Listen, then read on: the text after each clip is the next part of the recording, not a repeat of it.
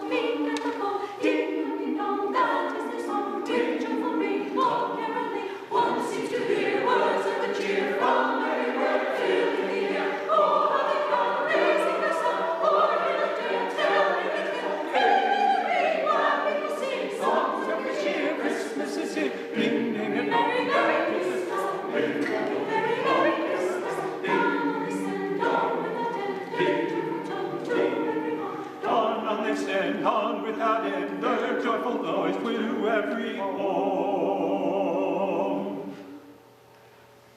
Ting dong, ting dong. Home.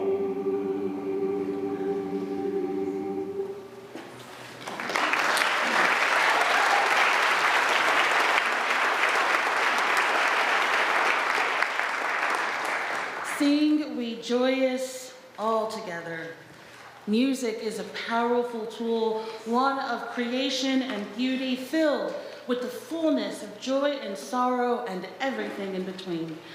And this is a season shaped by music, that is, shaped by creation and beauty, joy and sorrow and everything in between. And although it is shaped by music, let this service not be shaped by music from your cell phone. So, go ahead and silence it. As we gather by the proverbial fire kindled in our hearts, I will light this flame for the wonder and awe inspired within each of our hearts, for the beauty that springs eternal. And in that spirit of joy, I invite you to rise in body and or spirit to turn and greet your neighbor.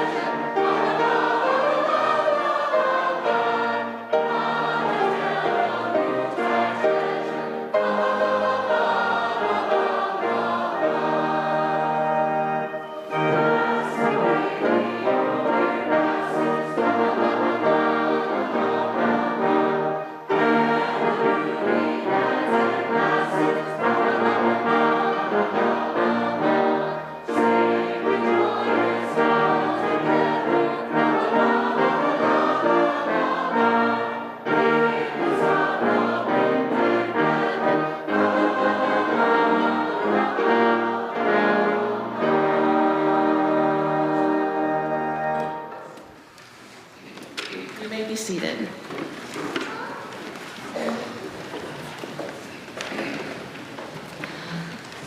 How the Light Comes by Jan Richardson.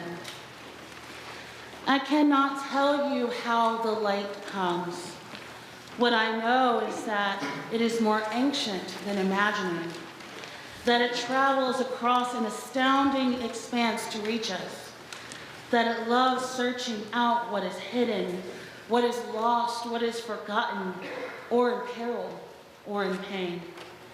That it has a fondness for the body, for finding its way towards flesh, for tracing the edges of form, for shining forth through the eye, the hand, the heart.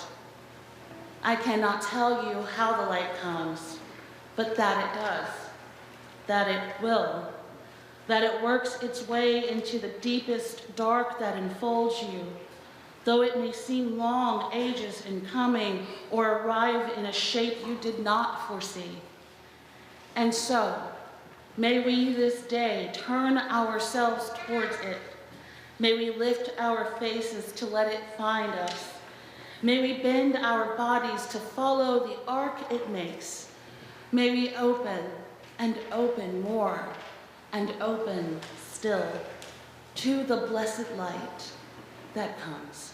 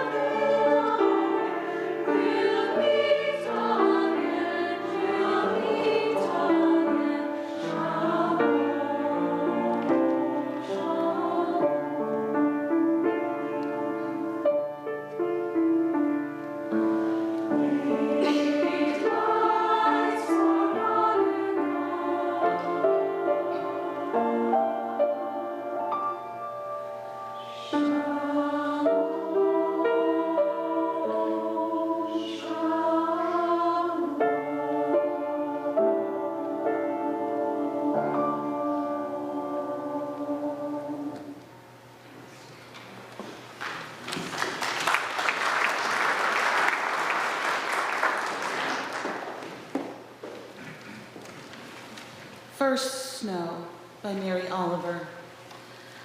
The snow began here this morning and all day continued. Its rhetoric everywhere, calling us back to why, how, whence such beauty and what the meaning, such an oracular fever flowing past windows, an energy it seemed would never ebb, never settle, less than lovely. And only now, deep into the night, it has finally ended.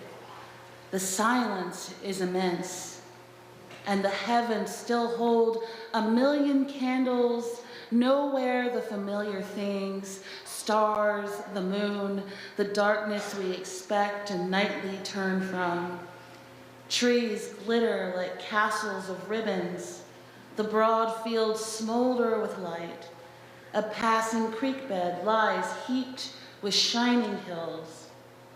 And though the questions that have assailed us all day remain, not a single answer has been found. Walking out now into the silence and the light under the trees and through the fields, it feels like one.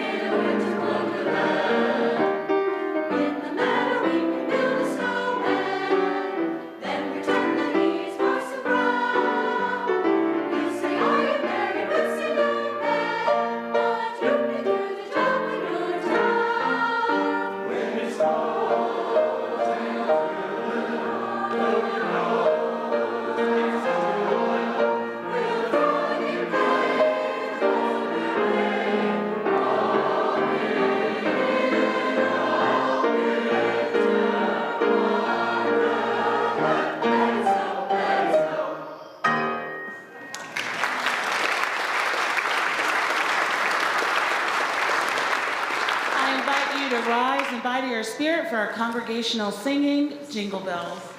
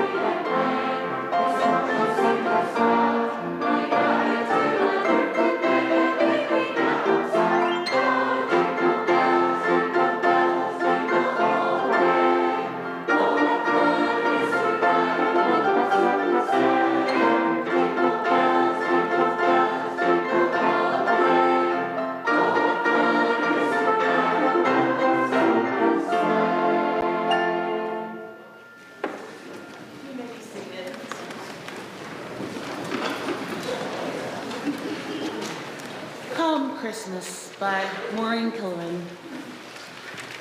No one is ever really ready for Christmas.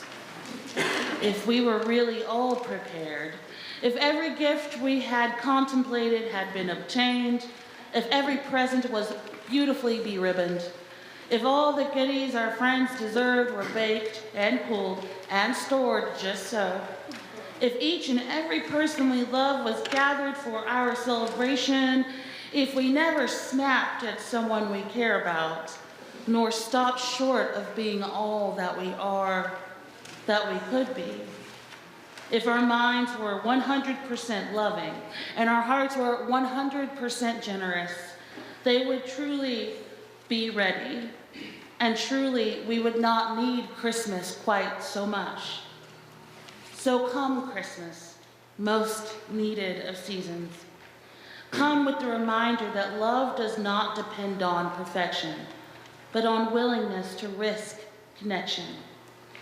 Come into the unready manger of our hearts, that we may feel the warmth of new life and give flesh to the promise of hope that cries to bring healing into our world. Come, Christmas. Come, love. Come, hope. Be born in our unready hearts on this silent and holy night.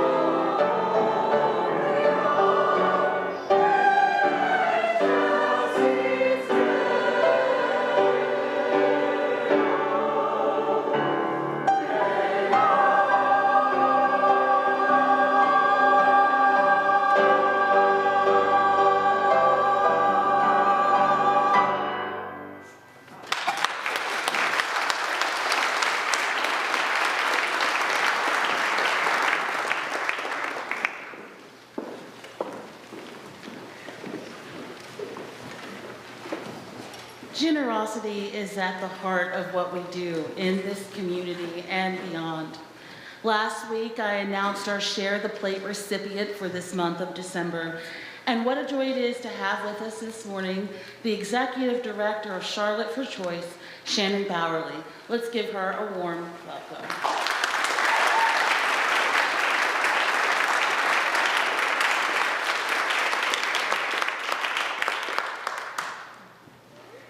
Thank you, Reverend Amanda, and thank you all for letting us take this time during this beautiful, beautiful holiday music service. I'm joined today by Richard, one of our volunteers. He happens to be an escort shift lead, and also Miss Tina, who is an escort and defender shift lead, as well as a member of our board. So thank you both for coming today.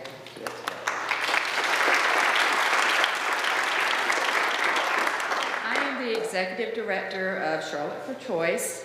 We are a 100% volunteer-ran nonprofit. We are a reproductive justice and healthcare organization, mainly located in Charlotte. In addition to our community outreach, be it our educational series, handing out diapers and formula, or thousands of doses of emergency contraceptive, we volunteer at a preferred women's health center. It is one of the busiest independent clinics in the United States, as well as one of the more protested ones. As clinic defenders and escorts, we assist patients daily who are traveling hundreds of miles from Texas, Louisiana, South Carolina, throughout the Southeast, as access continues to be impeded and in many ways restricted completely for pregnant people. With that increased numbers, there is increased demand. And unfortunately, local funds are not always able to assist these patients. I'm very proud to say that over the past year, Charlotte for Choice raised and donated $17,000 directly to patient care. Yes. And with that, we've been able to change the lives of thousands. But we know that with an incoming administration, even more bans will be and restrictions will be in place. I was in a meeting last week where they warned us that as quickly as on the afternoon of January the 20th, more restrictions will come. They highly doubt that that's going to change. It's just a matter of when. But with this impeding access and endangering thousands of patients, primarily, as we know, the majority being black women impacted, we're still going to be here. Charlotte for Choice is not going anywhere. We've been around for 5+ years. We have almost 100 volunteers that spend their free time in the freezing cold, in the scorching heat, no matter what, 6 days a week, making sure that those patients are not exposed to the dozens and sometimes hundreds of anti-choice protesters that line the streets of our clinic. They even have a crisis pregnancy center right outside of our clinic. And unfortunately, over the past month, I would say we're finding more and more times that they are catching patients and giving them false information and tricking them. And we're there, though. We know we're making a difference. We see it in the patient's eyes, we hear it in their voices every day, and that's why we do what we do. Our volunteers are retirees, professors, grandparents, parents, reverends, ministers. They come from all walks of life, and I'm very happy of who they are and what they do. Now comes to the part about me saying why we're here. I was so happy to be invited here today, especially lately. Unfortunately, this community is looking for tangible ways to help, truly making a difference. And for this month, as a partner, we are happy to offer you the opportunity to make a difference. We currently have an Amazon wish list, and I've brought some examples of this on our table. We provide patients an aftercare kit when they leave with a number of different things, because most of these patients are traveling, and mind you, over 60% of our patients are coming from other states. 80% of them need financial assistance. So anything that we offer them, they're very grateful and they need. We also accept monetary donations, and 100% of our donations, be it Amazon wish list, be it monetary, goes directly to patient access and care. And that will continue. I jotted down something after Reverend Amanda spoke about hope and healing. There's a lot of hurt right now. I know I certainly have felt hurt, especially recently. But when I see these volunteers join me day in, day out at that clinic, when I get that hug from a patient that's traveled all the way from Louisiana to save her life, to be able to be a mother to her 3 children, or to have that companion that has joined their partner there and supporting them and really wants to go talk to those protesters and to talk to them and to explain, you're not doing anything wrong. You're making a choice. You're changing your life, and you're making the choice of what you want to do to keep you and your family safe. There's a lot of hope there. And with that hope, as you said, there comes healing. And we can do this. Yes, these bans, these restrictions are going to happen. I'm not going to, sugarcoat it anyway. But with community, we can change things, and we can impact others' lives. So, thank you very much. And please join us at the coffee hour. We'll be there.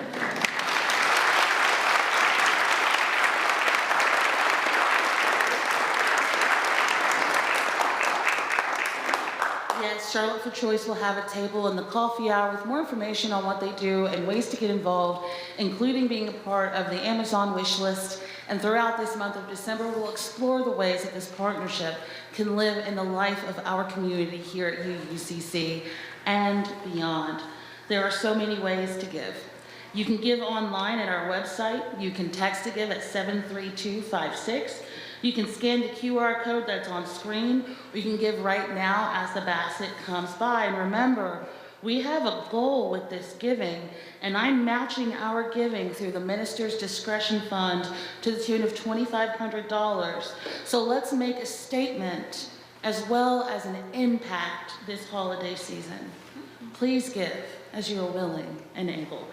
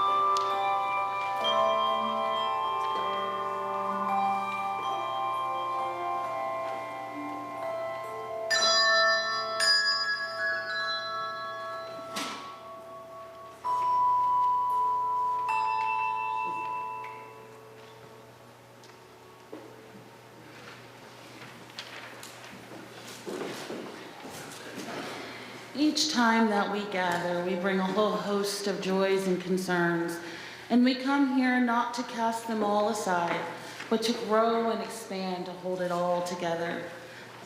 April Bundy shares the news that her longtime friend Chris Rogers passed away this past Thursday morning. We bear witness to her loss of a dear friend. Also on our minds is Chip Dickerson, whose mom is in hospice and is being cared for. He is journeying to be with her now. For all the joys and concerns we hold in our hearts, the ones shared and the ones held deeply within, we make space and we bear witness. Please join me in a moment of silence.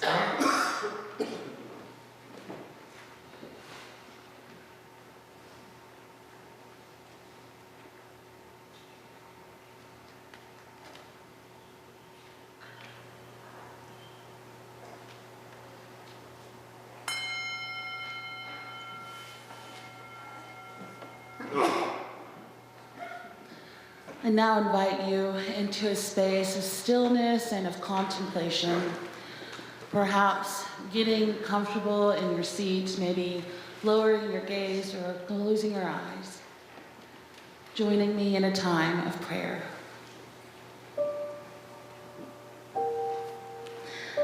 Spirit that connects us all, Spirit of life that guides us all, we call that presence into this space on this day in a time made sacred and holy by each and every one of us. In this season of stillness and wonder and joy and contemplation, we know that we live in a broken world. And we also know that we always have lived in a broken world. Never before has there been a time where everything is perfect, everything is mended, everything is complete, and yet, time and time again, we have returned to wholeness. We have found wholeness in one another. We reach into these stories not as stagnant lessons, but as living reminders of this journey through life that we get the privilege of traveling side by side. We give thanks on this day with so much gratitude for all that we put into this community, for the ways that we are called to serve and the opportunities that we are given to show up. We come with gratitude. We come with gratitude for one another and the privilege it is to gather in this space of our own free will and to worship together yet more.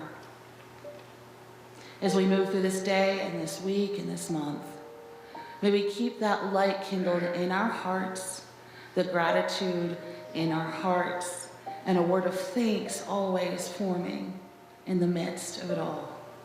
May it be so. Blessed be.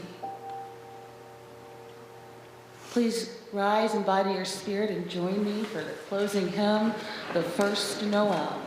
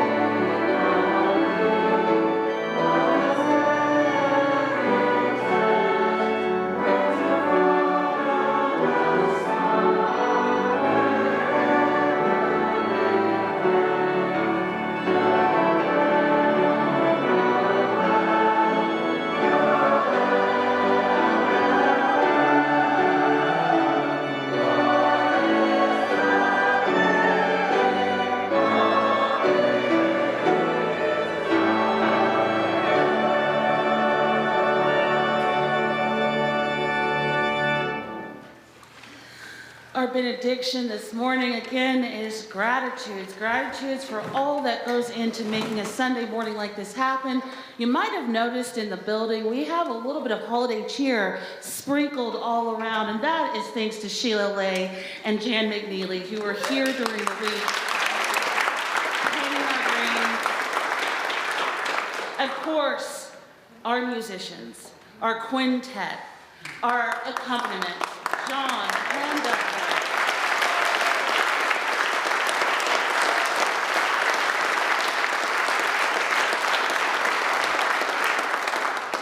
The tech team and all the hearts and hands that go into creating a service born from love simply for joy. What a joy it is to be here this morning. So won't you please join me for the closing words up on the screen.